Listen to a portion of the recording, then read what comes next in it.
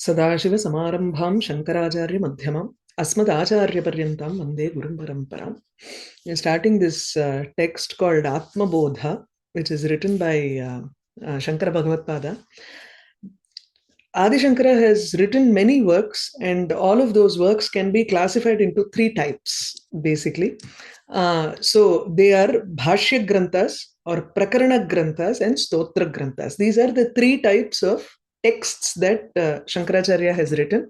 If you look at the Bhashya Granthas, it is mainly Vyakhyanam, wherein he also cites a lot of Purvapakshi and tries to establish his Advaita Matam. There is a back and forth, there is a refutation, there is a more of technical details are given, and there are argumentative way of writing things, wherein he presents his own opinion also. This is your Bhashya Granthas. And usually the Bhashya Granthas are Prasthanatrayam. The Prasthanatrayam, we say, is the pathway to Advaita, pathway to Moksha, where there are three Granthas. One is Brahma Sutras written by Gaudapadacharya, right? And you have Bhagavad Gita from Mahabharatam, and then you have the Dasha Upanishad, which is Shruti Bhagam, which is the Veda Bhagam. He has not only written Vyakhyanam for the 10 principal Upanishads, he has also written for Shvetashvetara Upanishad, which is not part of the 10 Upanishads. So all of these put together are called Bhashya Granthas of Ādi Śaṅkarā. So you have Sutra Bhashyam, Brahma Sutrasya Bhashyam, then you have Gita Bhashyam, Upanishad Bhashyam, right? The next set of I'll move on to the third one before I come to the Prakarana Granthas, because that is what we're going to deal with right now. The third section is this Stotra Granthas. We know that Ādi Śaṅkarāchārya has established 6 different kinds of worship. So he is a Shanmata Stapakaha iti prasiddhi. So he is known to have established 6 types of things, which is Shaktam, Shaivam, Vaishnavam, Kaumaram, Ganapatyam, and Sauram. Each one gives you the traditional methodology to worship that particular deity as the supreme deity there. So Shaktam involves Shakti, worship of Devi. Shaivam involves worship of Shiva. Vaishnavam involves worship of Vishnu. You have Kaumaram for Kumaraswamy, which is Muruga or Shanmukha. Ganapatyam is Ganapati. Sauram is Surya. Surya, worship of Surya has been also, it's a more older tradition in many systems. If you see across the world, you will find that Surya, the worship of sun god, is the most ancient form of worship. Ādi Śaṅkarā has identified a lot of granthas for that, and he has also written, supposed to have codified certain things and given for people to do that kind of a worship. So this is his Shanmata Sthapakam. For that, he has written a lot of Stotras or prayer forms of shlokas, which can be used to understand the worship methodology, understand the principle behind that particular deity. I think there is one publication where they have published Bhakti Stotrani of Shankara's, Bhakti Stotrani. It's quite a thick book. So he has written stotras for every devata, not only these 6 devatas, he has also written stotras for the Jyotirlingam, Ganga, Yamuna, any deity that you associate with our Sanatana Dharma, you will find a stotram for it written by Ādi Śaṅkarā. Nrisimha, avatars. So he's done a lot of these. This set of compilation is called Stotra Grantha. So you have Bhashya Granthas on one side, which is completely a technical version. The other side is Stotra Granthas, which talks about Ishvara and the supremacy of Lord and everything. Now in the middle you have this Prakarana Grantha, wherein it takes you from the Saguna worship to the Nirguna worship. You're still not, if you want to understand Advaitam, there are so many deities, but you still want to understand that there is a supreme deity there, supreme Brahman. as the substratum of everything, as the support for everything. But at the same time, you don't want to get into this argumentative business of what did the Buddhist say, what did the Nayayika say, what do this Mimamsaka say, and all that. You only need certain steps to enter into the study of Advaita, which is more of a methodology to apply to your personal improvement or your personal life. He has written such texts which are called Prakarana Grantha. There he gives you the pathway of Advaita and the way to proceed in your life. There are so many small things in that you can apply to your daily life. Of course, there are those things in Sutra Bhashyam or Gita Bhashyam. You will find a lot of these that you can apply practically also. Definitely it is there, I'm not denying it. But this is like a Saramsham. It is like the Sarabhutam for Prasthanatrayi. Without all the extras, you can actually remove all those extras and take just what you need to apply. Those are these texts called Prakarana Granthas. And these Prakarana Granthas are very beautifully arranged. Ādi Śaṅkarā is the greatest poet, I would say.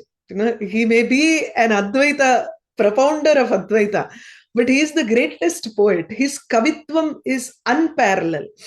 He can give you the tenets of Vedānta in starting from one shloka to 1,000 shlokas. That's his greatness. These Prakarana Granthas, if you see, are arranged in that manner. I did a small, just to understand how he has written something called Eka Shloki, which is just one shloka, which gives you the Advaita Tattva. He has Manisha Panchakam, which has 5 shlokas, Nirvana Shatkam, which has 6 shlokas, 10, Dasha Shloki. All of these give you the basics of Advaita, but in a very concise manner also. At the same time, he can also give it in a very detailed manner, like Atmabodha, which is the present text that we are going to look at. It has about 68 shlokas. Shata Shloki is another text which has 100 shlokas. Then in the intermediary between 1,000 and 100, he has Prabodha Sudhakaram. There is Panchadashi, 500 shlokas, Viveka Chudamani, and then 1,000, which is Upadesha Sahasri. So this shows the kavitvam and the intellect of Ādi Śaṅkarā for him to be able to write something in just one shlokam, or he can expand it to 1,000 shlokas. That's his greatness. So as we read, we understand that even that one shloka probably needs 1,000 explanations. If we want, we can give it. But the beauty of Advaitam is, and the beauty of moksha is such that in just 3 words, you can attain moksha. Tattvamasi, when a guru, the proper guru, at the proper time, says this to the proper student who is in the proper state of mind, sarvam tatra auchityam bhavitavyam. You need that auchityam there. Everything comes together when the universe comes together, right? That's what we say. So when that happens, 3 words are enough. You don't need one huge shlokam or 1,000 shlokas here. That tattvamasi, if the guru gives that advice, the student is able to say aham brahmasmi, and he realizes it at that moment. Probably that is what happened between Ramakrishna Paramahamsa and Vivekananda, right? It was just a moment of realization. That's all. You don't need all of these. This is all for us. He has written it for people who can't have that realization within one moment. We need to work towards it. Pakvam. We have to make our mind slowly mature over time, and as it goes, as we read these things, we try to slowly on our own, certain things move away from us and certain good qualities come within us. It is a slow process, not in one janma. Asmin janmani janmantareva. It can happen in this janma or in many janmas. That is why Ādi Śaṅkarā has given us different kinds of stotras to appeal to different kinds of people's minds. Everybody's samskara is very different. I may like just one shloka. There may be another person who might want 500 shlokas to understand. So it depends on the samskara of that particular person, and that is why Śaṅkarāchārya gives us so many things. You pick and choose. We will start with somewhere in the middle, which is about 68. We're going to do Atmabodha. There are two vyakhyanas that are present, which one is written by Atmabodha, which is called Vedānta Sara Tika. He calls this as Vedānta Sara and not Atmabodha, which is surprising. But yeah, Acharya himself gives the name of Atmabodha. Atmabodha calls his Vyakhyanam as Vedānta Sara Tika. There is another Acharya who has written this, who is Krishna. Atmabodha is one of the four principal disciples of Śaṅkarāchārya. Each one of them established a matham, who was the first preceptor of the matham established all over India, right, for each direction in India. Krishnananda Ashrami is another person who has written a Vyakhyanam called Pradipika. This is what we will mainly be going over. As a tool, we will be having this text on hand. So Krishnananda Ashrami, nothing is much known as always about the Vyakhyata. We don't know his time, date, whatever. So we will only go with the content here, because content is more important than the background, the history, geography of those people. There are 68 shlokas in this. Very simple shlokas. The first to 67th shloka are in Anushtub meter. You have 8 for each padam. 8, 8 and 8, so the totally 32. The last shloka is in Jagati, wherein there are 12 syllables to each padam. Only that is different. So as I told you, this is like a stepping stone to Prasthanatrayam.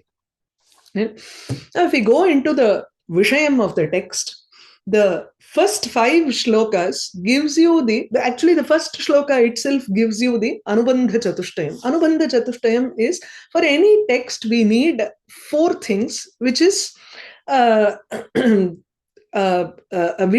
Adhikari, Sambandha, Prayojanam. What is the text that we are going to study? What is the sambandham between the text and the Vishayam? Right? This text is going to give me the subject matter of what is there in that Vishayam. Or the sambandha can be, why am I reading this text? What is my relationship with this text? Which means that I'm trying to understand whatever that text is telling me. So there is a Vishaya plus sambandham. Who is the adhikari? Who is the person who can study this text? If we look at the adhikari for each of these texts, we will not qualify to be any of the qualified to read any of these texts, because he would say Nityanaitmitika karma yaha karoti, and then one who has sadhana chatushtayam, something or the other. He will give one whole big list. We will not come into any of those categories, but still we would like to read it with an academic interest, with a hope that in some case we will actually become the proper adhikari in some janma and be fit to read this text. Right? So adhikari, vishaya, sambandha, prayojana. What is the result of this text? Every Prakarana Grantham you will find that the prayojanam for it is going towards moksha. Or at least mumukshatvam should be there when we study this in some way, right? So these 4 are addressed in the first shloka itself. The 2, 3 and 5 will give you a little bit about what this prayojanam is and why we have to strive towards this prayojanam. From 6th to 15th, it talks about adhyasa. This is again a technical term. Adhyasa is superimposition. 16 to 29, there is an Atma Anatma Vivekaha or Tvam Pada Vicharaha.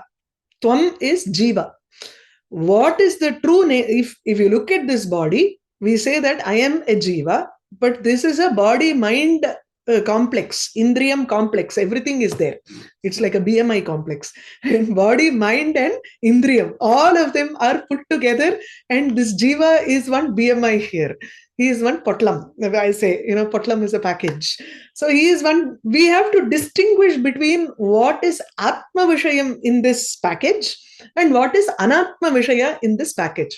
So this is an analysis of the Tvam in Tattvamasi Mahavakya. Tvam indicates the true nature of the Jiva. So from the 16th shloka to the 29th shloka, you have an analysis of the Jiva and the what is Atma Vishayakam in Jiva and what is Anatma in the Jiva. 30 to 33, you have Shravanam and Mananam. Then you have Nididhyasanam from 34 to 39. 40 to 43, he describes about Jivan Mukta and Jnani. And from 54 to 67, he talks about Brahma Swarupam, because that is our goal. The last shloka is your Phalashruti. So this is the Vishayam, this is the arrangement of this text. Now we'll go into the text as such. I will share the work here. Okay.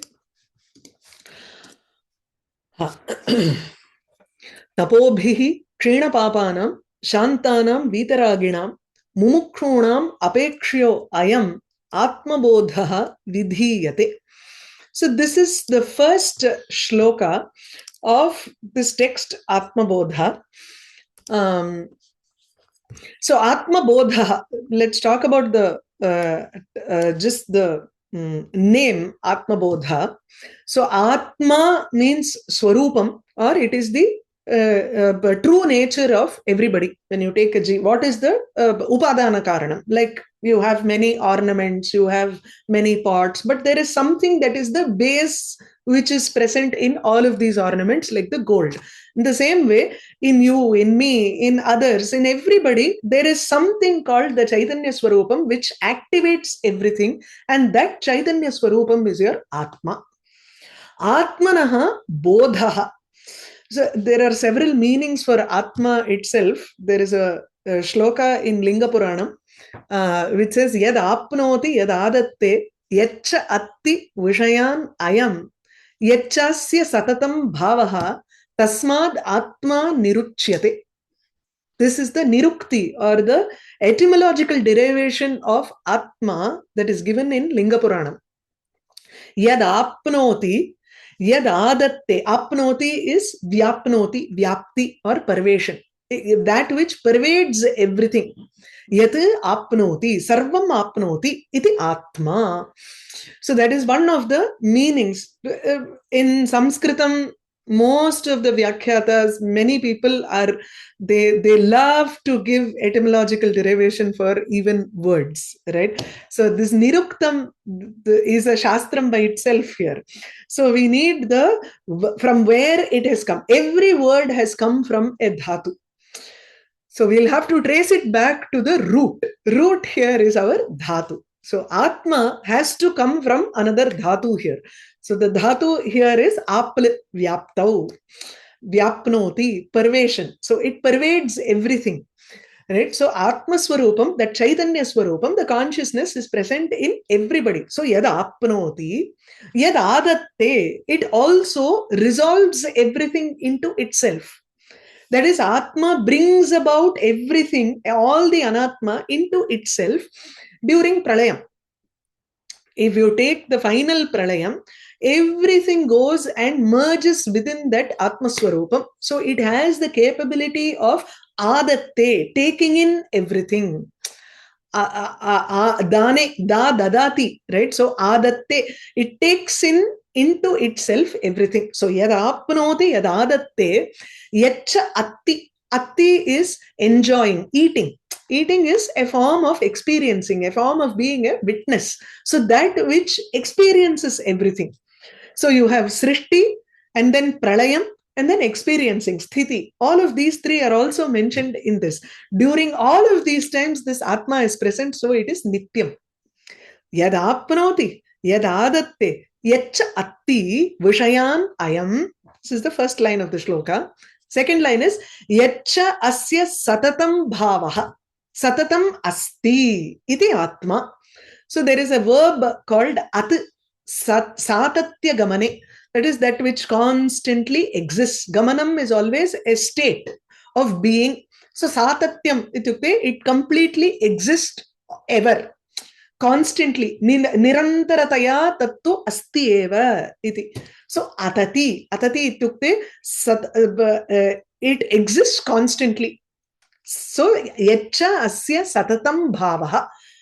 The idea of the Atma existing constantly is also another way to another etymological derivation for the word Atma. Tasmad Atma niruchyate. So this is the vyutpatti or the etymological derivation for Atma. Atma Bodha. You have the second word, which is Bodha. Bodha means knowledge. Now this is knowledge of Atma.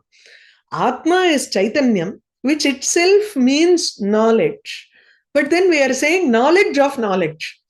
So that is something which we are trying to understand, something which is already present, which is ever present, which pervades everything. But yet we don't know about this Atma. We don't realize about this Atma. So we need another tool to show where it is. In other words, we are only trying to, this Atmabodha text gives us the knowledge of things that we don't need, so that we understand what is there and what is that eternal knowledge. Okay, so Atmanaha Bodha, it is a kind of, it gives us a kind of knowledge, Swarupa Jnanam, or it gives us Atma Vishayaka Swarupa Jnanam. It gives us the Vritti Jnanam, that is, it gives us the knowledge about this Atma. Clear? So Atmabodha is the text that we are looking. The first shloka is Tapobhihi Kshinapapanam Shantanam Vitaraginam Mumukshunam Apekshyo Ayam Atmabodha Vidhiyate. Every shloka usually starts off, every text starts off with a Mangala Shlokam. You have Ashirvadatmakam or Namaskaratmakam, Vastu Nirdeshaha. That is mostly in Vedanta texts, you will find something called Vastu Nirdesha being the first shloka. Because he doesn't want to, of course, Ādi Śaṅkarāchārya doesn't have any leaning towards any of the other devatas. But because he wants to stick to the principle of being a Prakarana Grantha, he never talks, he will talk about Guru, but not about any particular devata in general, right? There could be some texts, I have not gone over every text that he has written, but in general, he is now talking about the Vishayam that he is stating, which is Vastu Nirdeshaha. What is the shloka? We'll go over the Anvaya here. Tapobhihi Kshinapapanam Shantanam Vitaraginam Mumukshunam Apekshyah Atmabodha Ayam Vidhiyate. Ayam Atmabodha Vidhiyate. In general, the Anvaya is also very similar. There's not much of a difference here. This is talking about the sadhana chatushtayam in this shloka itself. Meaning here is Atmabodha Vidhiyate. Vidhiyate is, when you say Vidhi Nisheda in Shruti, Vidhi is usually something you are asking someone to definitely do. It's like an order. I have ordered this Atmabodha as a recipe for these people. It's like a Vidhi. But you can say Vidhiyate can also mean composing. There are two meanings there. Vidhiyate, I have written this. It has been written by me. It has been composed by me. This Atmabodha text has been composed, which is Apekshyah, which is actually expected by people for those. It is definitely needed for those people who are Tapobihi Kshinapapanam. He names 4 types of people here. One is those who have reduced their papas completely by tapas. Tapobihi. Tapas here can mean austerities, any kind of sadhana that they have done, and with those sadhanas they have reduced their bank balance of papam, sins, right? So then kshina papanam, kshinaha papaha yesham. So for those whom the papam has completely reduced because of what is the hetu here? Tapas. So because of different kinds of tapas, they have reduced their amount of papam here. Shantanam, those who are peaceful. In the sense, Shanta here refers to Shamadamadi Shatkam. Right? Shamadamadi Shatkam. Vitaraginam, those who have Vairagyam also. And Mumukshunam. So the first one is Viveka. The next is Shanta refers to Shamadamadi Shatkam. Vitaraginam refers to Ihamutrartha Palabhoga Viragaha, Vairagyam. The fourth one refers to Mumukshutvam. So these are the four sadhana chatushtaya sampatti that you need. This is the first step.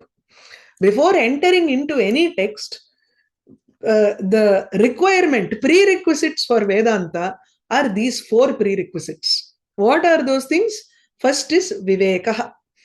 We need, he has not directly mentioned this, but we take it to mean that he has mentioned it by the fact that we understand what is papam and what is punyam. We also understand that what is nityam and anityam. So in an indirect manner, he has mentioned the first sadhana chatushtayam, which is nitya anitya vastu vivekaha. Who is a viveki? A person who understands the difference between what is viveka, that what is nityam and what is anityam, what is eternal and what is non-eternal. Only if he understands that, he will strive towards lessening his papam, wherein those don't come and sit in the bank balance for him to take few more janmas to enjoy those, right? Whether it is papam or punyam, it doesn't matter. Next one is Vairagyam, Vitaraginam. Vitaragi is Vitaha Ragaha Yasya Saha. So Vitaragi, Vitaraga, Vitaha cha Asau Ragaha. The ragas or the attachment are Vita completely gone. A person who has this Vitaragam is a Vitaragi. One who does not have raga, one who does not have any passion. So what is the second step in our sadhana chatushtayam? Iha amutra artha phalabhoga viragaha. You are free from attachment towards enjoyment and the fruit of the different items that are present in this world or in Swargam. Swargam is not something higher in your, see, I don't desire for TV, but I desire to see something else in Swargam. No, that is also another desire here.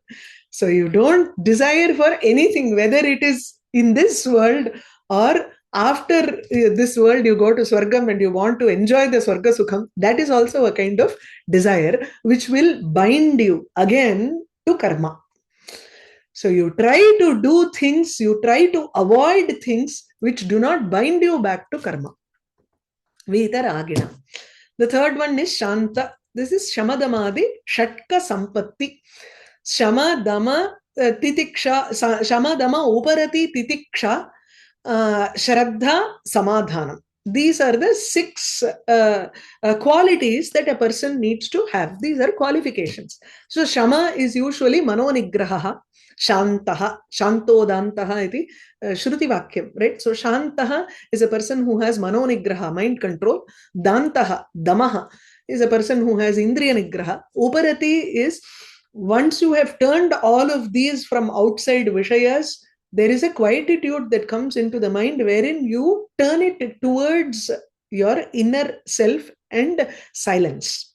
That is Uparati. There are no thoughts in your mind. Completely devoid of thoughts. That is Uparati. Titiksha. Titiksha is taking control of the equanimity, that is taking control of the different extremities in life, wherein you tolerate both.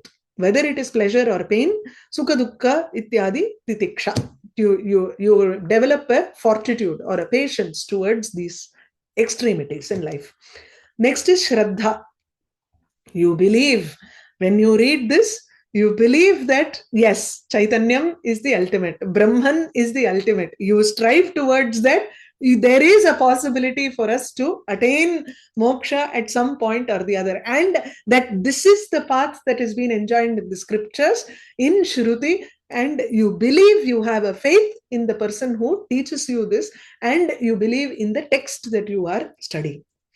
That is absolutely necessary for this path, Sanatana Dharma. The final one is samadhanam or chitta ekagriyata, concentration of the mind. That is your sixth sampatti. Right? Now, mumukshutvam is an ichha for moksha. So this is, now we look at the Anubandha Chatushtayam that is there in this shloka. Right? I told you about Anubandha Chatushtayam. So I just marked out certain portions in the Vyakhyanam so that it is easier for us to just read those and go over. So anena Anubandha Chatushtayam uktam bhavati. So with this shloka, he has talked about the four basic things that any text should have, which is the Anubandha Chatushtayam.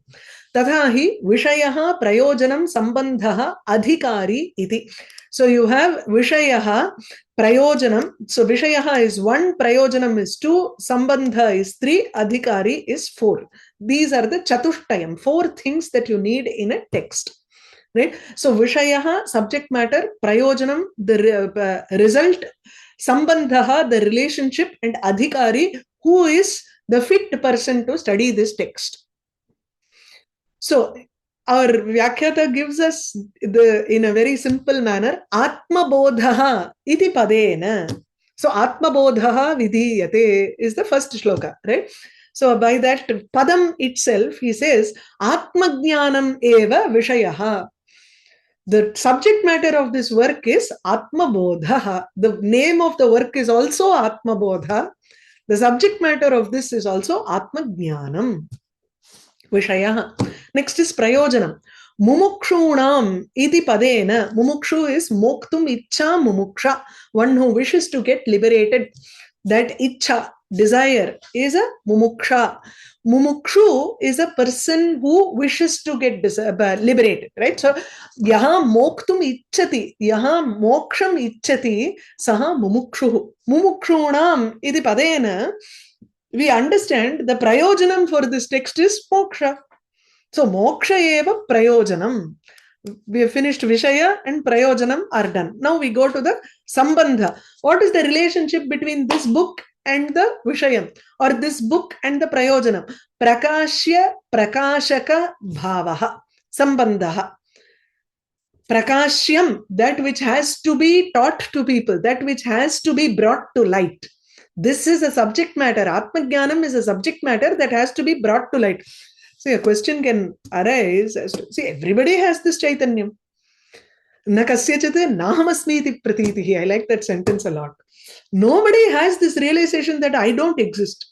Can anybody say that? Nahamasmiti na kasyachit pratitihi. No one has that thought that I don't exist. Everybody know and say and experience I exist.